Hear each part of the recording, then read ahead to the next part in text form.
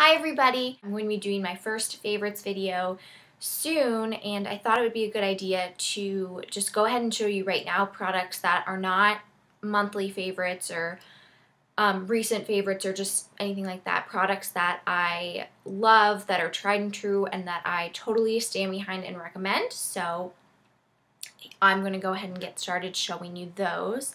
The first thing I'm going to show you is this Urban Decay Do Me Spray. This is a moisturizing makeup setting spray. This is meant to keep your makeup on, but if you're like me and your skin tends to be a little bit on the dry side, it really gets rid of any powderiness or any cakiness and makes your makeup, your skin look a little bit more hydrated under your makeup. So I love this. This is probably my third bottle of this. It goes pretty fast, and it's about, I think it's $28 or $30 depending on where you buy it, but I will buy this forever and ever and ever, and even more so, I use this every single day. I use it if I ever touch up my makeup throughout the day, and I don't ever want to be without this. I don't want to do my makeup without this, basically. So this is probably, like, out of everything I'm showing you today, this is like my #1 favorite of all time. I don't think that I could live without this. That's not true. I don't want to live without this, I guess is what I mean. The second thing I'm going to show you, also for the face, are these Sigma Beauty Sigmax foundation brushes. I own 2 round top kabukis, 2 flat top kabukis like this one, and I own 1 of these angled brushes. And I love them all. I use them all interchangeably. I don't notice a huge difference, and so honestly I don't really recommend one over the other. The reason I have so many of them is because they're really difficult to clean, and that's my only complaint about these brushes, is that they're very difficult to clean because they are so dense and they take quite a while to dry. So that's why I have 5 of them. You don't need 5 of them, and you don't need all of them. 1 is plenty, but they are kind of difficult to clean, and so I've just kind of collected them over the years. If I had to choose one, I'd probably say this angled top is my favorite. I like this one just a little bit more than I like the other ones. Just because of the shape, it's a little bit easier to get into the contours of your face, like under your nose, just slightly easier. If I had to just recommend one, I'd probably recommend this angled top kabuki. Alright, the next product that I'm going to show is this Paint Pot by MAC, and this is Soft Ochre. I use this as my eyelid primer every single day. This is pretty much all I use as my eyelid primer, and it keeps my eyeshadow on really, really well.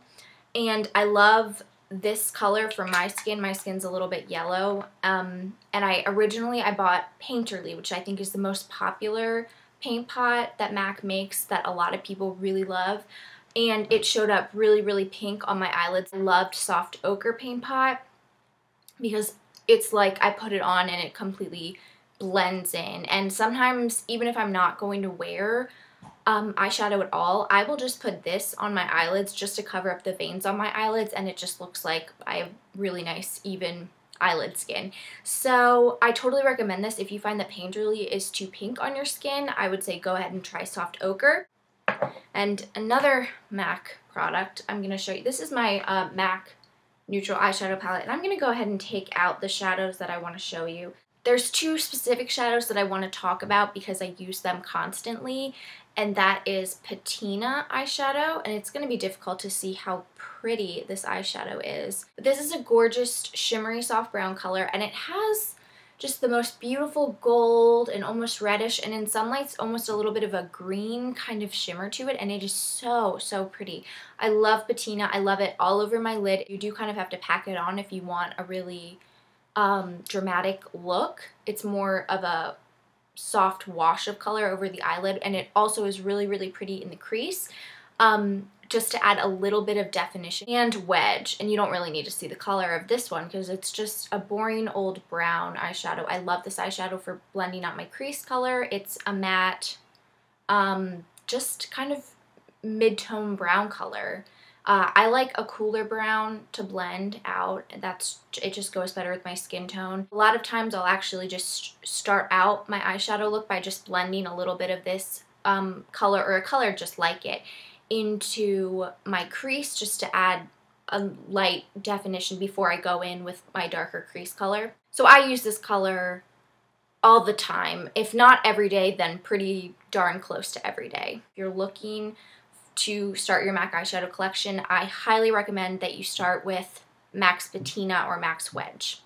And two more eyeshadows. These are Wet n Wild eyeshadows, and I'm not the biggest fan of Wet n Wild eyeshadows because I find that the shimmery colors just don't wear very well. They just seem to kind of melt off my eyelids after a really short time, and they have a lot of fallout. But these are two matte Wet n Wild eyeshadow singles, and I absolutely love them. They are always, always, always with me if I'm ever traveling. Because this is Wet n Wild's Brulee eyeshadow, and it's just a creamy skin tone color. I use this as a matte highlight all the time. It's wonderful. And this is just a matte black, and it is called Panther. It's a super, super pigmented black color. And these eyeshadows are so affordable. For such basic colors, I totally recommend picking these up.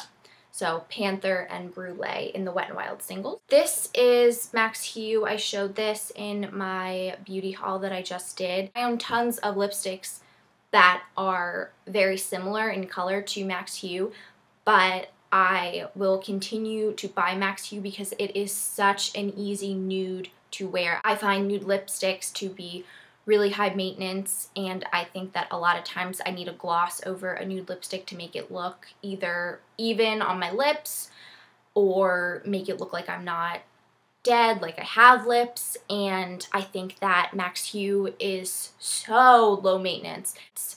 It's really just a My Lips but better color, and it feels really smooth and hydrating on the lips. So I love MAC's Hue.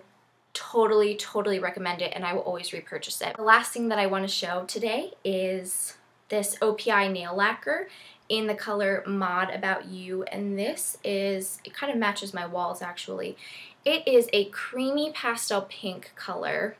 I love this nail polish. This is probably my favorite nail polish of all time. It's not that sheer French manicure color pink that you so often get when you buy colors like this. This comes out totally opaque. And I find that out of all of the pastel pinks that I've tried, that Mod About You's formula is the easiest to work with. It's still a little bit streaky.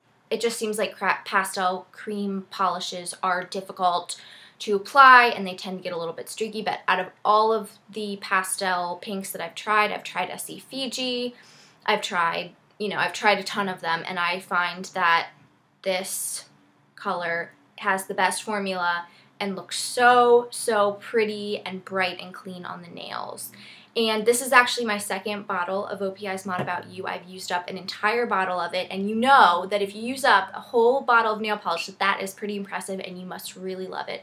So if I ever do get through this bottle, I will absolutely repurchase it. So those are just my favorites that I think I will always come back to. I'm not looking for anything better.